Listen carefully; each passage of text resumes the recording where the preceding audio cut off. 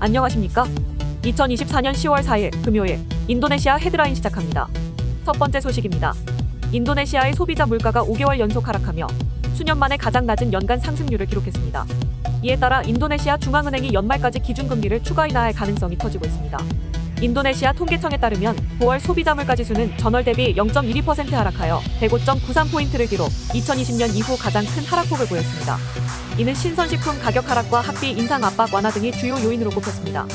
연간 기준 물가 상승률은 8월 2.12%에서 9월 1.84%로 둔화되었으며 이는 2021년 11월 이후 최저 수준이지만 중앙은행의 목표 범위인 1.5에서 3.5% 내에 머물렀습니다.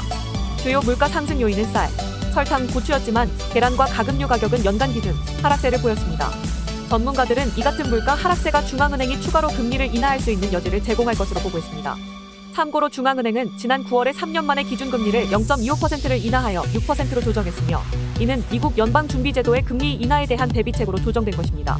한편 조슈아 경제학자는 올해 인플레이션이 2% 이하를 유지할 것으로 예상되며 중앙은행이 연말까지 추가 금리 인하를 단행할 가능성이 있다고 전망했습니다. 또한 루피아 강세와 수입물가 압력 감소도 긍정적인 영향을 미칠 것이라고 덧붙였습니다. 다음 소식입니다. 인도네시아 제조업체들이 생산과 신규 주문 감소에 대해 여전히 우려를 표하고 있지만 3개월 만에 고용이 증가하면서 미래에 대한 신중한 낙관론이 나타나고 있습니다. S&P 글로벌이 발표한 9월 제조업 구매관리자 지수는 49.15, 8월 48.9에서 소폭 상승했지만 여전히 3개월 연속 50포인트 이하에 머물러 제조업 경기가 축소 국면에 있음을 보여주고 있습니다.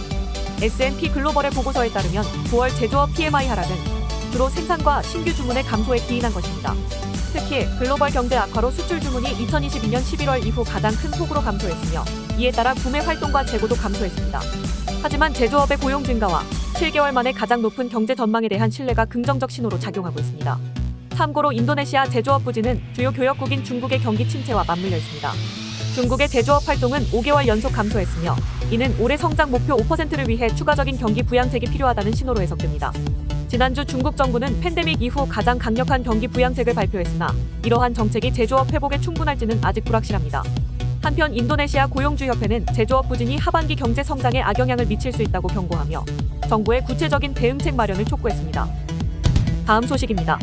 차기 인도네시아 정부의 내각 확대 계획이 관료적 장벽을 증가시켜 비즈니스 환경을 복잡하게 만들고 투자에 부정적 영향을 미칠 수 있다는 우려가 외국 기업들 사이에서 나오고 있습니다.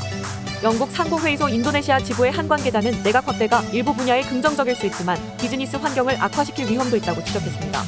이어 정책 변화가 비즈니스 수행을 용이하게 만들고 외국인 직접 투자를 촉진하는 방향으로 이루어져야 한다고 강조하며 사전 협의가 필수적이라고 덧붙였습니다.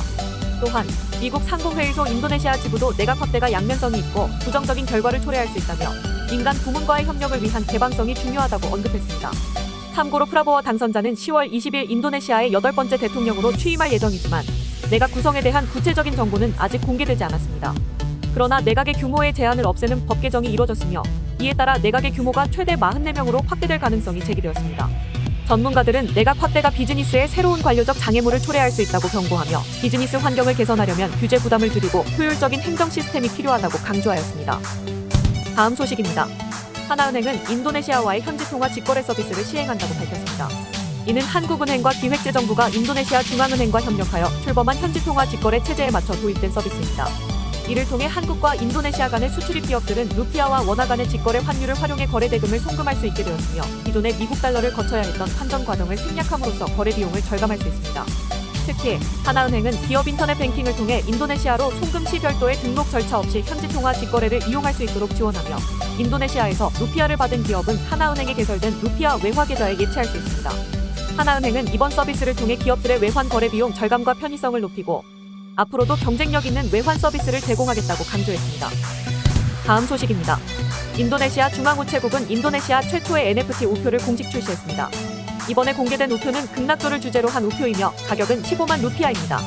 우체국 대표는 이번 NFT 우표가 디지털 세대인 젊은 층을 타겟으로 하여 새로운 형태의 우표 수집 문화를 만들기를 기대한다고 밝혔습니다. 또한 인도네시아가 태국과 말레이시아에 이어 동남아시아에서 세 번째로 NFT 우표를 출시한 나라임을 강조했습니다.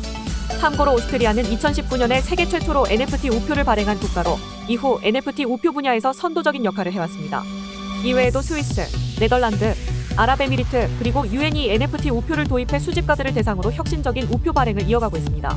이러한 NFT 우표는 물리적 우표와 함께 블록체인 기반의 디지털 우표로 발행되어 수집과 거래가 훨씬 용이해졌으며 전 세계적으로 그 가치를 인정받고 있습니다. 다음 소식입니다. 지난 9월 27일 제 인도네시아 대한체육회는 한국대사관에서 전국체육대회 출정을 앞둔 선수단 출정식을 성대히 개최했습니다. 이번 전국체전은 경남 김해에서 10월 11일부터 17일까지 열리며 축구, 볼링, 태권도 등 8개 종목에 출전하기 위해 총 130명의 선수단이 참가합니다. 출정식에서는 김태화 수석 부회장이 개회사를 통해 한인 사회의 관심과 지원에 감사를 표했으며 박수덕 공사는 선수단의 단결력과 자부심을 강조했습니다. 선수단을 대표해 한미의 스쿼시 연맹 회장은 최선을 다해 좋은 결과를 내겠다고 포부를 밝혔습니다. 참고로 2023년 전국체전에서 인도네시아 선수단은 금메달 4개, 은메달 4개, 동메달 8개를 획득하며 미국, 일본에 이어 종합 3위를 차지한 바 있습니다. 시청해주셔서 감사합니다. 다음 시간에 뵙겠습니다.